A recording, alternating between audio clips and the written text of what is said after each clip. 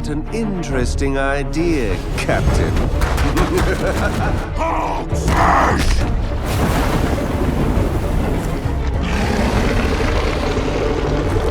Eat plasma, you one-eyed uglies!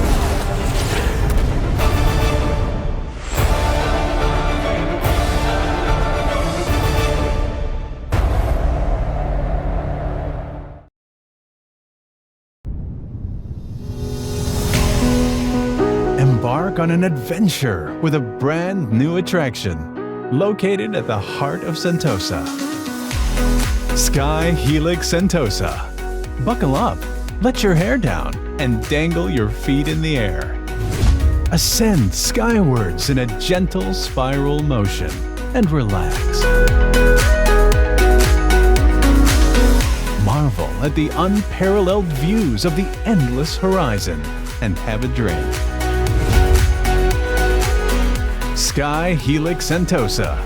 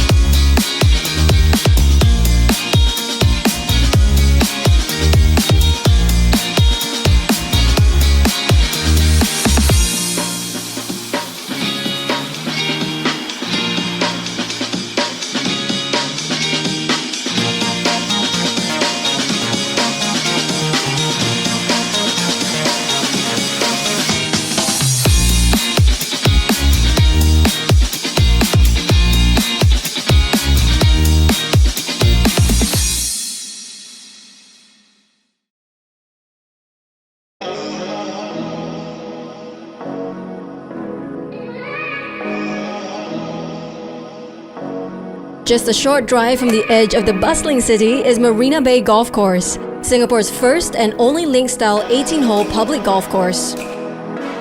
With a cinematic city skyline in the backdrop, it is one of Asia's finest golf courses. Guests can drop by the golf store to get their golfing accessories before their game or simply choose from the diverse array of golfing equipment available to add to their collection. Head over to the 4-tier driving range and pick a spot at any of its 146 bays to practice some swings before heading down to the golf course. The short game could well be the most important aspect of the game. Besides the spacious practice greens, golfers can get their short game going by heading down to the uniquely designed putting course. With 6 carefully contoured greens of varying lengths, the course is challenging and fun for novice or serious golfers. Enjoy some bonding time on the putting course with the family too. Experience the award-winning Par 72 18-hole golf course. Spanning 6,493 meters, the course features undulating fairways, varying lengths of holes, and dramatic putt bunkers that brings hours of challenges and enjoyment for golfers.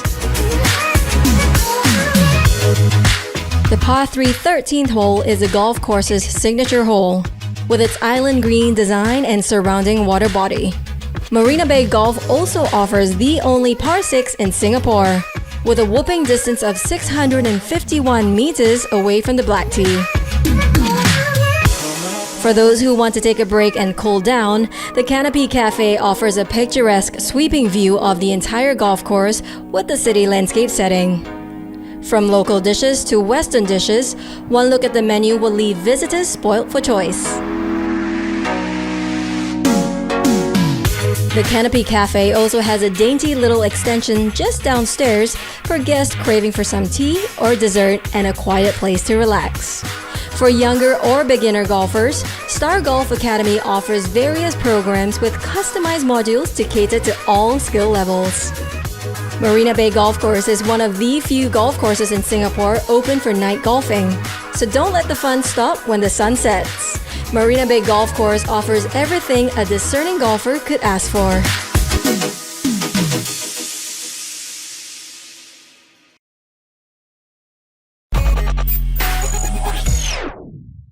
When people think about perfumes, they're most closely associated with the big French brands, but cultures that have the most links to the art of perfumery, I would say, are the Arabic cultures and actually the Indian cultures. I'm actually in this trade because of my grandfather. He started a perfume shop here in the 1930s. A lot of what you see over here, we used to just keep it in the back room. You know, it's a messy process, but now people want to see the process more and more. Like an open kitchen, people want to see what happens. By doing it this way, you actually become a part of the process, and you get to choose your ingredients. It's not just a finished product that you're buying, but you've inserted yourself into the process as well. Something fresh and clean, like, clean cotton, bed linen. Like clean skin. Yes, Yeah. clean skin. I think it needs a bit more pepper.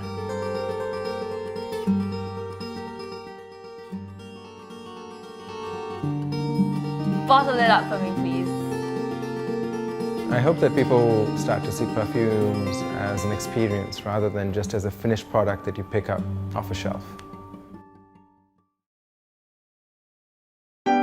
In case you thought that a ride on Singapore Flyer was just a chance to savor Singapore's skyline, think again. They now offer you a chance to time travel. This is the Time Capsule, Singapore Flyer's newest attraction. Ali and I are super lucky. We've been invited as the very first guests. The Time Capsule is an immersive adventure that takes you on a thrilling journey through Singapore's past, present, and future. With time-traveling mascot of the Time Capsule, R65 as your dedicated guide.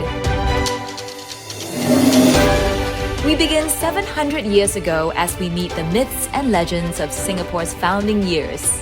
Ali is enthralled. I have never seen her so excited. Scattered around the room are these little leaves highlighting interesting facts from Singapore's history. Traditional Malay folklore is retold in such a unique and artistic way. This attraction is not just for kids, it's an immersive adventure for the whole family. The River of Time just blew me away. It was like being on a boat floating through time. From Singapore's establishment as a trade port to the modern skyscrapers of today. We were both thrilled as R65 guided us through Singapore's bold aspirations and its remarkable journey from a tiny tropical island to the beautiful green city of today, even giving us a glimpse into its future.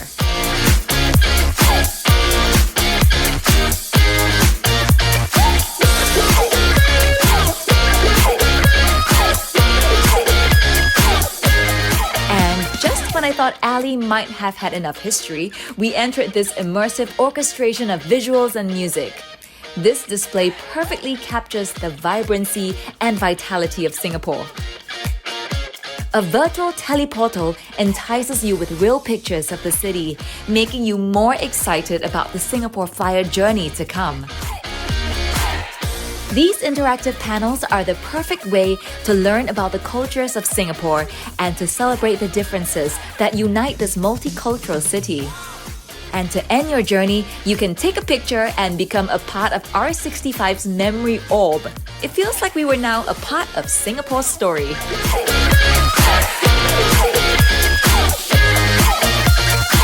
Wasn't that amazing? And you learned so much. Wow, you get to take photos with R65. You know, it really does look like a red dot.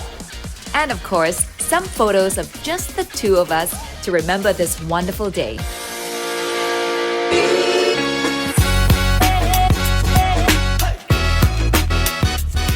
The Singapore Flyer is Asia's largest giant observation wheel, standing at a stunning 165 meters. Well, that's high. The time capsule gave me a glimpse of Singapore's past, and as I take in the view, I can't help but marvel at the transformation of Singapore from a tiny tropical island to the sprawling metropolis it is today. Wow, that was a journey like never before. We are going to need something to remember it.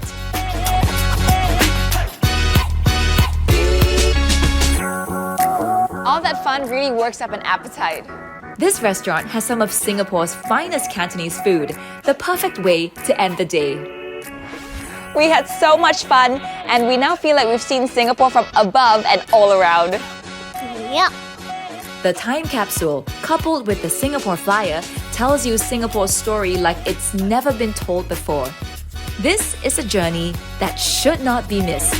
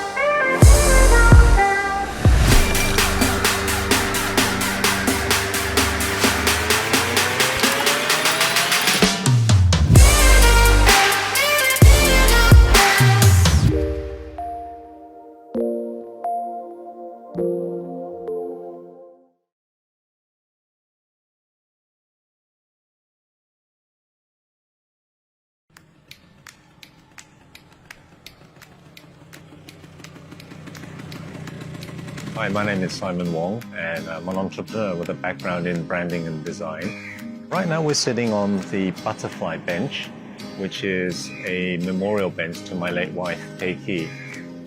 We're outside the Asian Civilizations Museum. National Heritage Board has donated these 150-year-old gallery floorboards, which just happen to be the right shape and proportion for her bench. Several years ago, a friend of mine decided it would be a great idea to build sidecars. So we started making use of the sidecars in our events. So we used them to raise funds for various charities. And after a while, we kind of realized if my wife had survived, we wouldn't solely be working for cancer-related charities. All along, we've been using the sidecars for events and as you know, for fundraisers. For the sidecar tours, it's usually visitors to Singapore, but we do get a good percentage of locals as well, and they're very curious to see Singapore in a different way. Vesperas are very they're very special.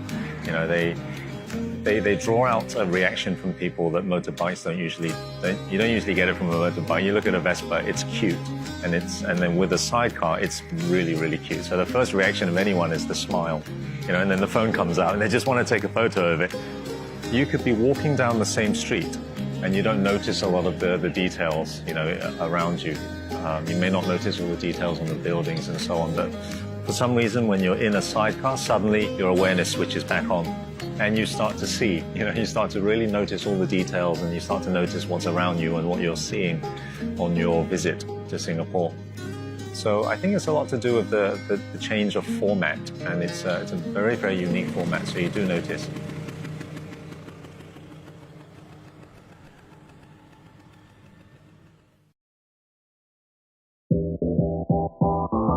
"2020 has made things a little different for all of us. With travel restrictions and safe management measures in place, we've had to adjust the way we spend our time outdoors to hang out with our friends and family. If you're keen to sightsee from the comfort of your homes, fret not. Now, you can explore the vibrant Singapore River as we navigate through a 3.2 km trail of scenery, history, food, and entertainment.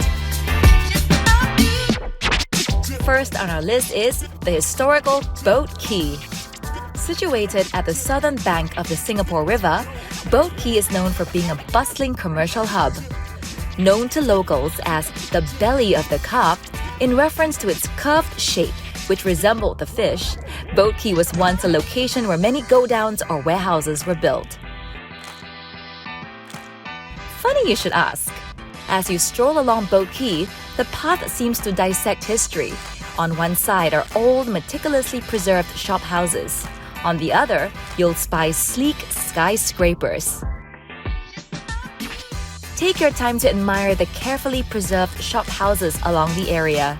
While it evokes a timeless sense of nostalgia, don't you think these shop houses are also Instagram-worthy?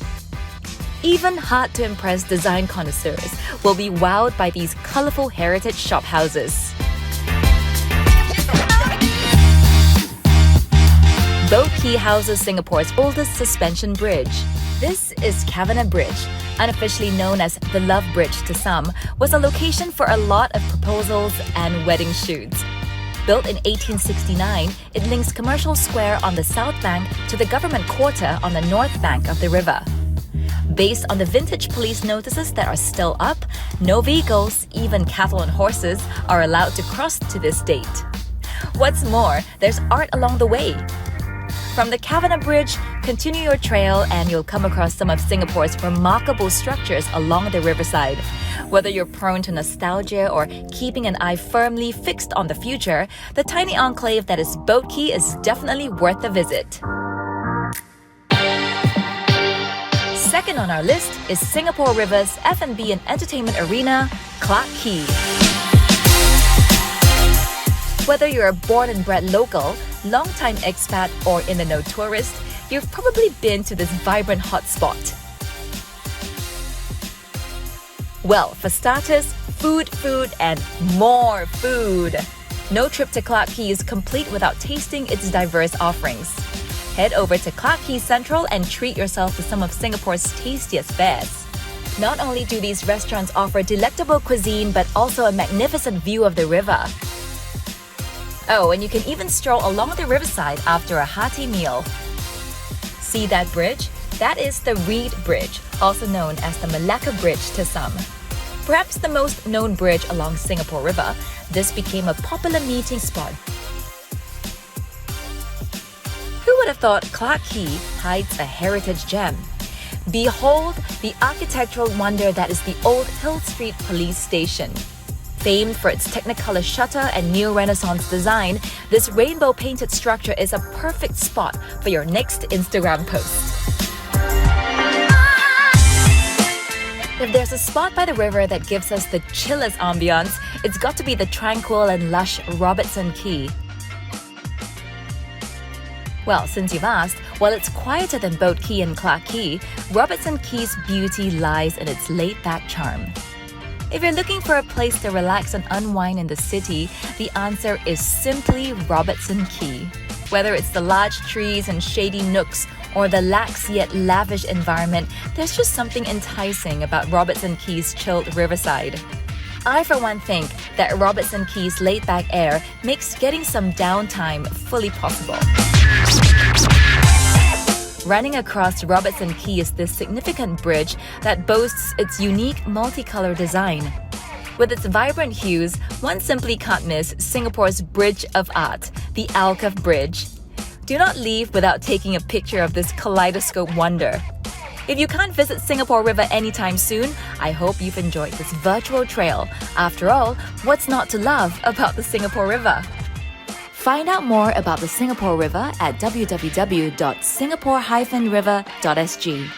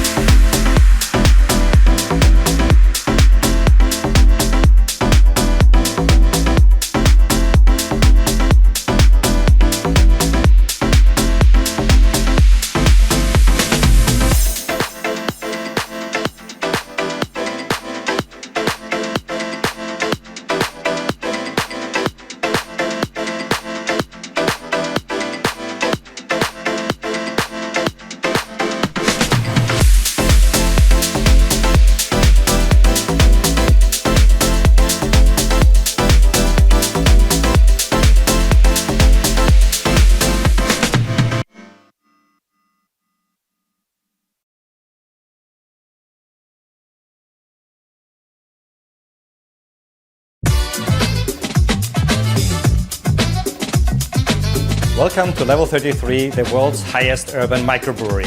Where all beers are brewed on site.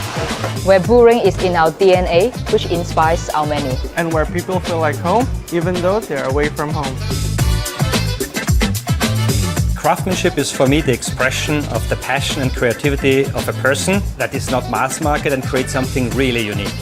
We have obviously the microbrewery as the anchor and key element of craftsmanship that goes throughout the venue. Craftsmanship means that you need to do more things by yourself, so the human touch is central. Of course, you put your creativity and your ideas inside. You can manipulate to have a different output if you want to. Our beers are usually very traditional, but we have also unique seasonal beers like our brut beer, which is brewed with same yeast as Champagne Baron de Rothschild, which is our house champagne. So after 8 very successful years here at Level 33, we wanted to address our customer needs by creating a more formal environment in the dining room and a social, more vibrant, cozy environment here in the social area, and a beautiful raw and seafood oyster bar behind me with best view of the bay. I think first of all, Level 33 being the world's highest urban microbrewery, this is our uniqueness, this is our heart. So when we think about food, it's okay, what can we deliver here, taking advantage of the brewery. So we start to think, okay, the beer we can use, but also the byproduct, which is spent grains. We are now offering a contemporary cuisine where yeast meets West. So it's a modern, food focus, but also brewery-inspired cuisine. So I guess that's what really makes us unique, because we are a restaurant in a brewery and we're making use of that as well. Cooking from Chef Archan, then we have Gabriel's Beer and Martin's Vision. I think somehow we are the bridge connecting points of all these elements towards the guest, especially with the new cuisine that we have, contemporary, to transform somehow with food and beer. We always try to blend it together and showcase this to the guests. I recommend Level 33 to my family and friends because it's a unique experience. From the food beverage offer, you have the obviously homemade beers. We have a beautiful wine selection with boutique wines from all over the world. And the dining options range from the formal dining for corporate lunches or dinners to here to the social area, or on the terrace with beautiful drinks, finger food, and everything paired with a unique, magnificent bay view.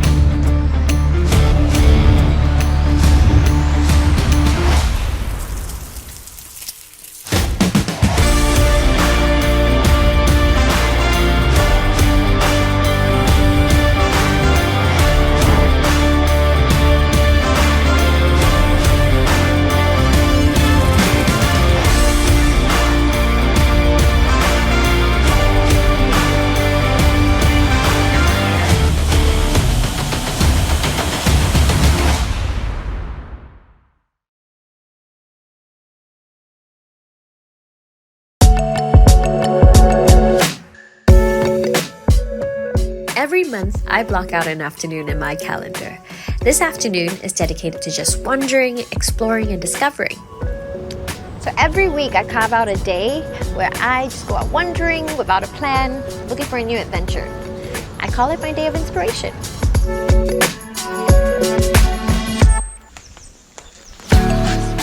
One of my favorite places to wander is the Civic District. It has a bit of everything that I love.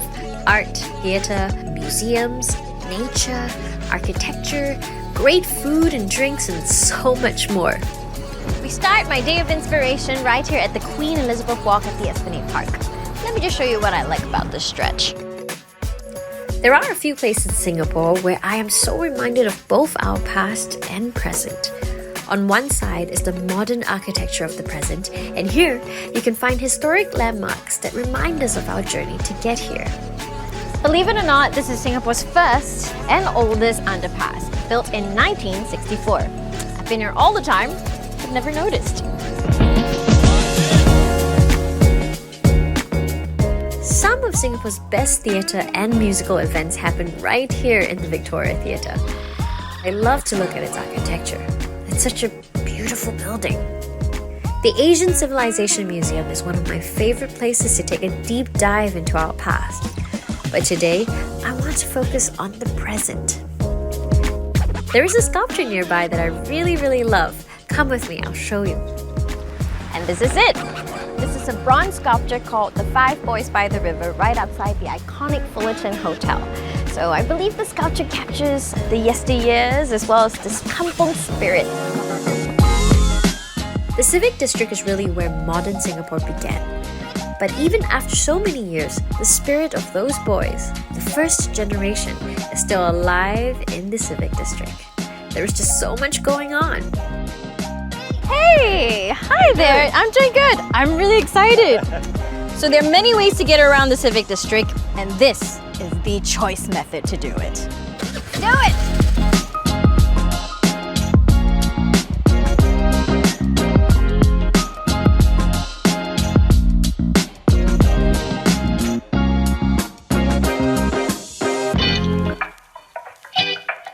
I love this spot. You get a great view, you're just by the river, and it's great for people watching too. While all the same time while you're enjoying a good cup of coffee and some cake. Sunsets never fail to inspire me, and this is one of my favorite spots to take it all in. Art doesn't just belong in museums or in theaters. It can also be in a beautifully plated dish or in nature or in the environment around us. I think while wandering the Civic District today, I do feel art is everywhere. Home to some of Singapore's most iconic art exhibitions, I spent many hours wandering through the rooms of the National Gallery. But today, I'm here for a different reason. Come with me. At Violet Un, Singapore's culinary history is served to you in a beautiful, stunning setting that captures the vibrancy of Peranakan culture. Peranakan food is just synonymous to the Southeast Asian region. It's made out of so many different ingredients from a variety of different cultures. In many ways, you could say it's art on a plate.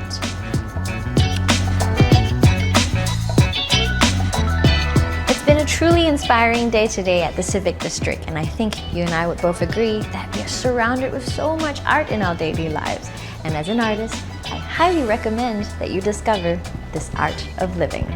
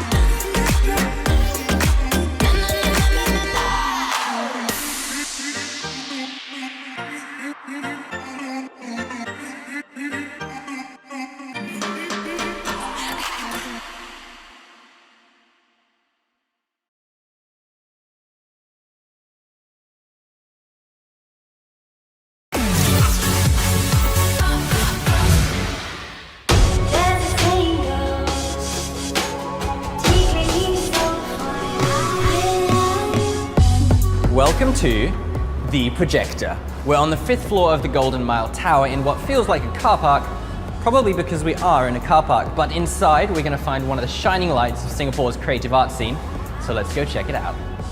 The Projector is currently the only independent cinema space in Singapore. We're kind of like off the beaten track, as you probably found out. Yeah, I did find that out. It's a little bit hard to get here, but it's a rewarding experience. This unique building once housed a 1,500-seat cinema called the Golden Theatre, making it the largest in Singapore. The Projector retains the original walls, the floors and the seat mechanisms, and it's this mix of old and new that really gives the space authenticity. I think the interesting fact was that it used to show propaganda films as well, North Korean films, and then it became like a soft porn kind of cinema. But the seats are completely new. This is where we show most of our more serious art house films. As you can see, it's more intimate. The other room was very green. I assume this is the red room, is it? Yeah, this is the red room. We do hold the more fun films down here. We want people to have fun down here, just come here, have a good time, have a drink. But this is a bit of a change of scenery. I can't say I've ever found a bar in a car park before. Yeah, this is one of our newer additions within the last couple of months. This is where we hold most of our after parties for the films that we had. Even if you're not a film buff, the projector is well worth a visit for its old world charm. And the fact that after the screening, well, you can even go for a party in the car park.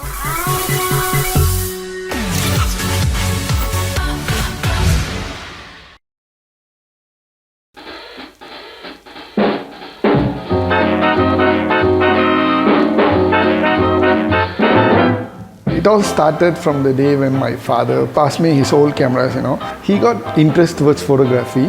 So he said, okay, you want to continue photography, you want to take something, you can have it as my present. And that's the day I started. One of my cousin, he was an artist. The day once camera come in, all the painter who do realistic picture, the portrait picture, everybody lost their job. So based on his profession, cameras are their enemies. Then I said, okay, why don't we do something new? We accumulate all your enemies, put it at one place, and we do it in a unique way what others have not done it. Then he said, it's on, let's try, and that's how all it started.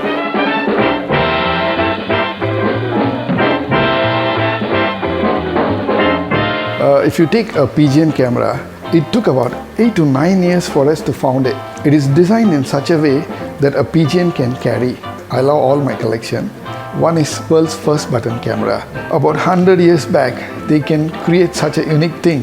There is a button you can put in your coat and they can control it here. The button can open and take a picture for you. See how clever those days the spies were. If you talk about a unique piece, yeah, we do have a machine gun used by Japanese military in the World War II. They use this gun to train the Air Force people. If you see, there is a lens. If you click, you don't get bullets. It will shoot you.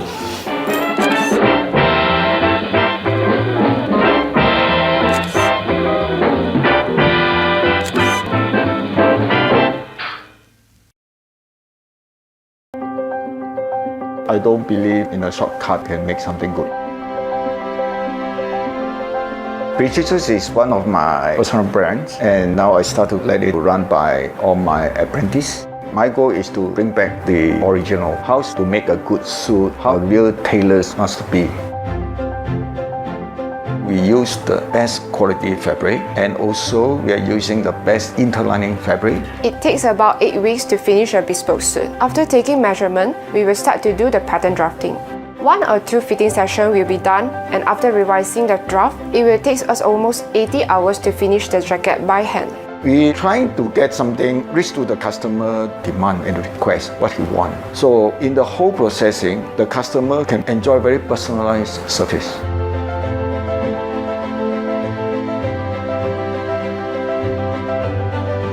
Many of the tailors have already get out from the traditional. They find an easier way, faster way to process a suit. Don't care about what is the quality will turn out. Nowadays, not many people are willing to carry on the craft. It requires a lot of time and effort. I found that tailoring is what interested me the most. In fact, I love the traditional craftsmanship, so I don't wish the craft to die. We don't believe shortcut can get a good suit. So every steps you have follow exactly. So that's my idea to start the Projector.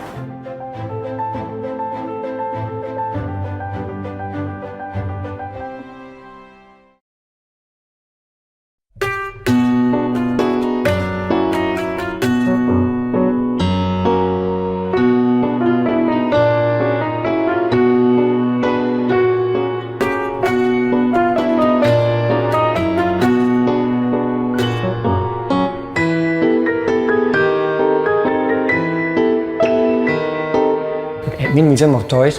Our collection is made up of toys from more than 40 countries. The countries are like Bulgaria, even make in Singapore toys.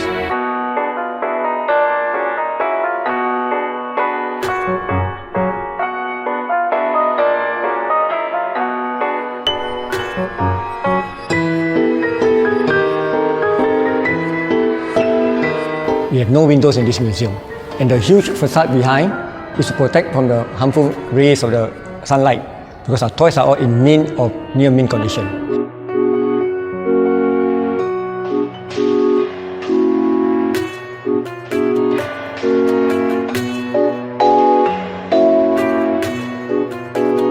We showcase about more than 8,000 pieces of toys over here.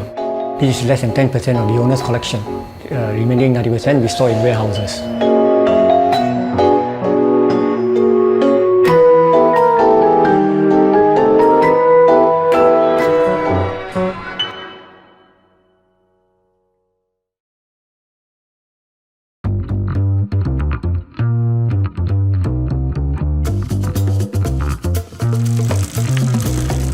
man, that looks Instagrammable.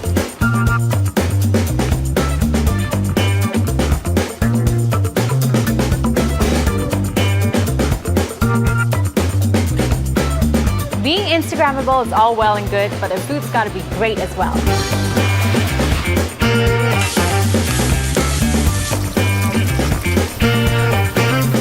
Here we have the cauliflower furikake, which smells super enticing. I can't wait to dig in. Vegetables never tasted so good. Got the grilled portobello salad right in front of me, and I can't wait to tuck in. Here's the eggs Benedict, and the eggs are the best in Singapore. Organic grade A eggs. Oh, check that out. Check this out, you've got a whole soft shell crab to yourself. No wonder it's a bestseller. There's no better combination than waffles, chicken, watermelon, and maple syrup. Nice coffee flavor, and you see the color change as you drink it. Really fun stuff. Here's the boozy sedap chendol milkshake. That kick of rum at the end. I'm a fan of this.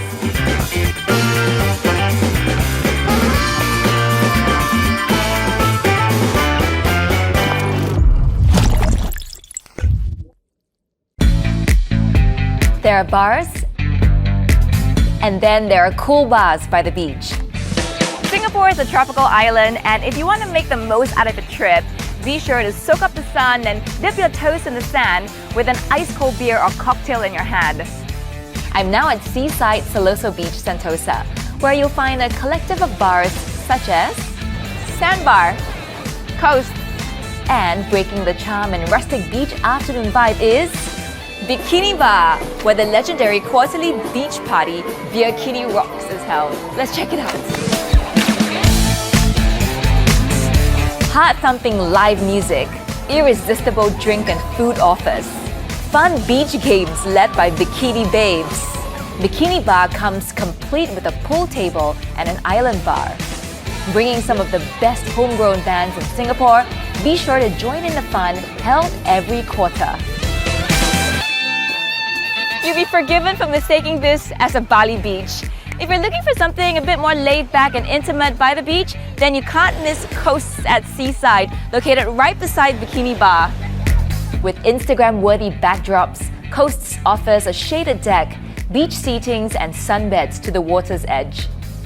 What I'm having is the slipper lobster spaghetti and banana and chocolate pie, paired with an ice-cold Kronenbourg lager. Cheers!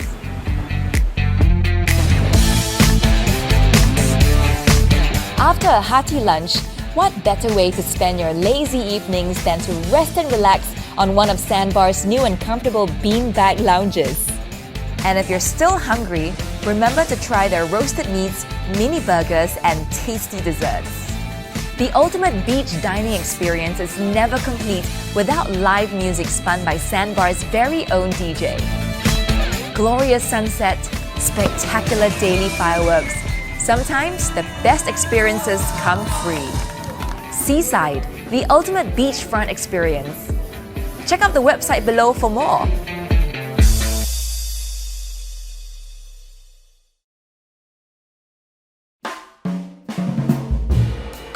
Who can say no to an all-day breakfast, especially when each dish is inspired by breakfast from all over the world? I'm here at Wild Honey, a breakfast place that's always buzzing with activity any time of the day. A wildly popular restaurant, Wild Honey's menu features an incredible choice of breakfast from different countries. Think Tunisian, Norwegian, Canadian, Scandinavian, and many more. It's what I call a global gastronomical adventure. If you fancy something vegetarian, there's a huge range to choose from. Today, I'm having the Flinders Lane. It comes with a crispy base topped with perfect poached eggs, grilled asparagus, sliced avocado, spicy tomato, and sesame seed and nuts for an added texture. Highly recommended for brain food lovers. And I always pair my breakfast with a cup of excellent coffee from the Common Man Coffee Roasters.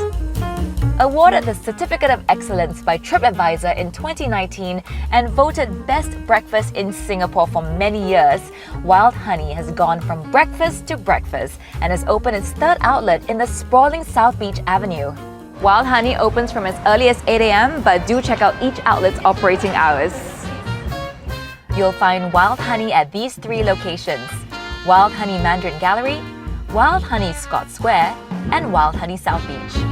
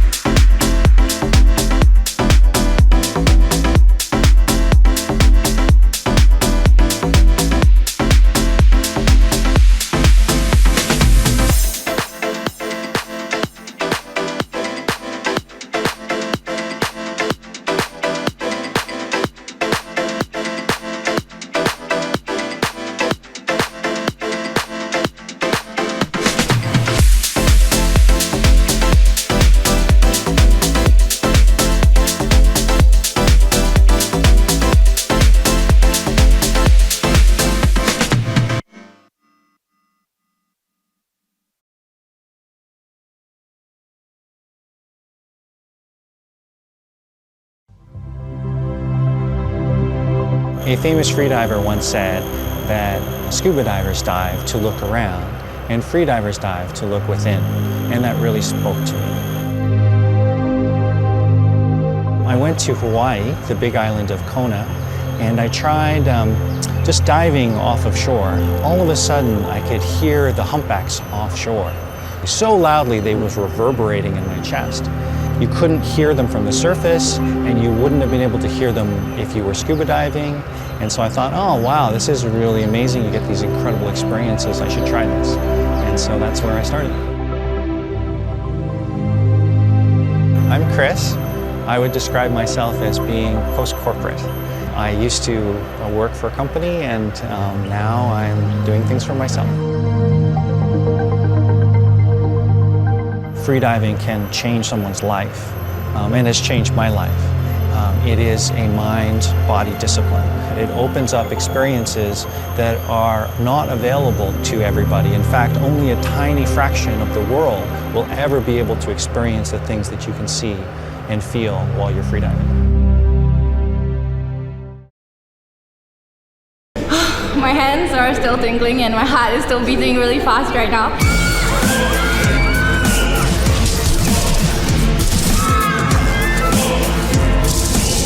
It was amazing. When I accidentally hit someone, it really felt like there was a zombie touching me. It feels so big in there. It's intense, it's scary, and it's a workout. It was insane. It was so much fun. It was awesome. I felt like I was in a zombie apocalypse myself.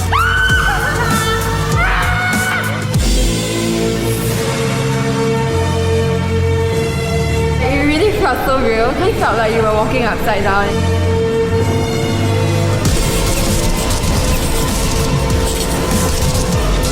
I was so into the game. We just kept shouting. It was out of the ordinary. It was so fun.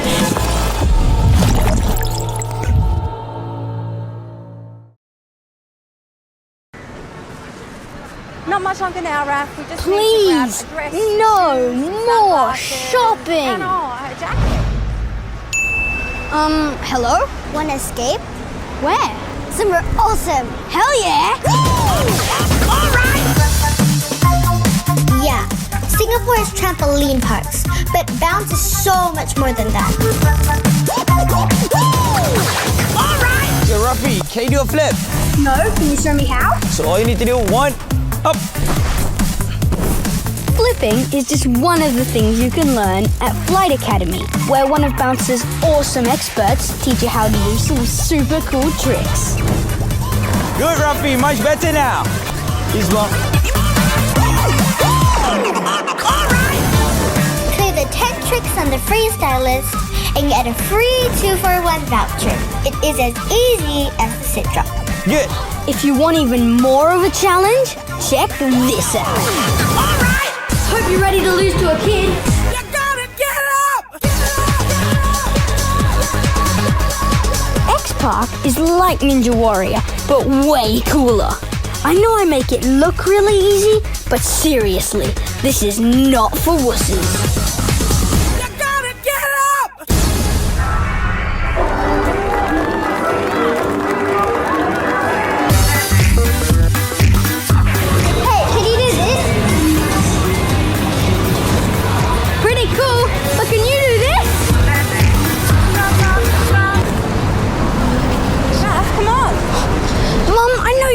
some shopping, but can we take a break for just an hour? I know this great place. They do Aussie coffee. It's just around the corner. Cafe?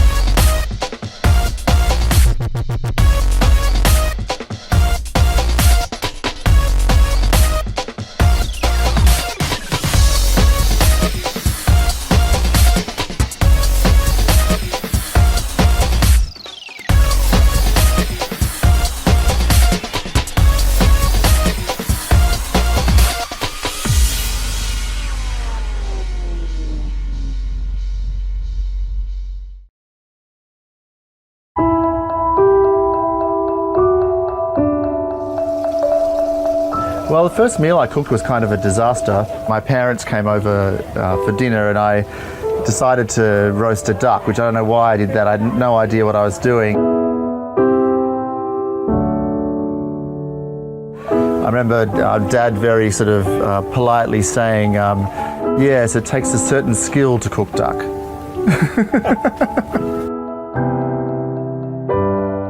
You know, my DNA as a chef really is so ingredient directed, and often ingredients just speak for themselves.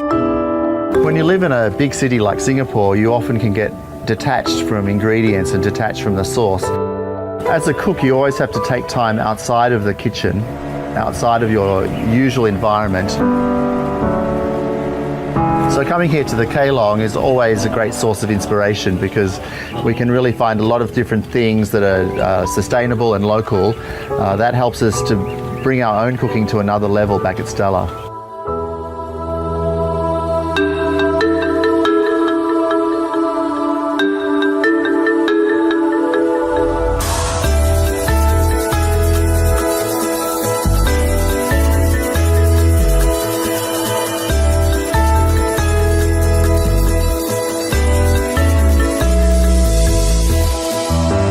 The best cooking is really something that's very personal.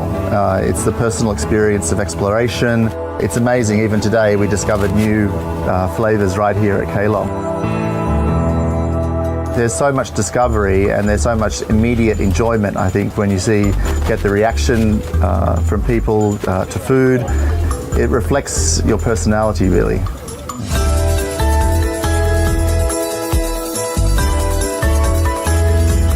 The day of the chef being the one that says, okay, this is what you're going to eat, and that is gone. So having this connection with where the ingredients come from, I try to bring that into our whole environment in terms of Stella. All the rest of the chefs, I want them to feel equally as passionate about the sourcing, about the producers, because I know that just always elevates the flavors that we want to produce to another level.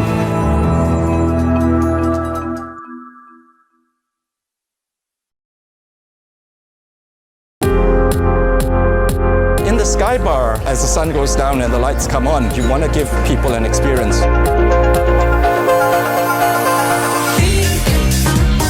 There was one that actually made someone cry once. That was the first time I've ever experienced that here. I would drop music from Africa and I play stuff from Latin America. I play a bit of hip hop and I'll move in and out to kind of fit the space there. I'm so lucky to have a view like that. From the time I started work here, this is the one thing that I always marvel at, and I never get tired of this view. The club sound beyond 10 p.m. is always a little bit more mainstream, a little bit more digestible for the people who come up here. Because you not only have tourists, you have hotel guests, and you do have people who want to club. I think there's something for everyone.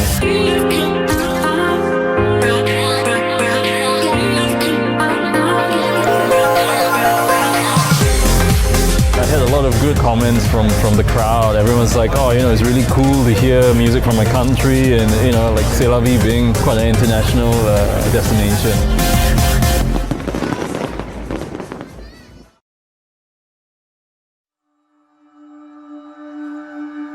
But it's one of those things where you never actually make the decision to start it. And that was probably the most important part of this whole process, was actually just committing to the fact that I was going to spend years. I didn't know it was going to be 3 years, but I knew it was going to be a long time.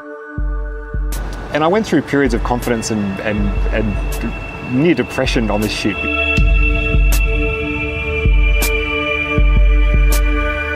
If you look at something for so long and you spend so much time working on it, you lose all confidence that it's going to be of interest to anybody else. So that's why I guess I was so excited when the film was released and people sort of appreciated the work that had gone into it. So it started to feel a bit more worthwhile again. And that it wasn't so much that I wanted to show off or show people the city growing. I think I actually wanted to see it myself.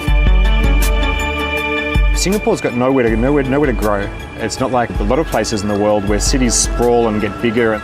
In Singapore, things tend to get taken down before they get built up. It has to be creative in how it plans for development. And so for me, that's a story. It's like the modernisation of Singapore, and just seeing it almost reinvent itself every few years. The way that I wanted to shoot it, I didn't just want to have permanent cameras which would create a very common time-lapse effect where you see a cloud that appears and a cloud that disappears. I wanted the whole film to flow organically.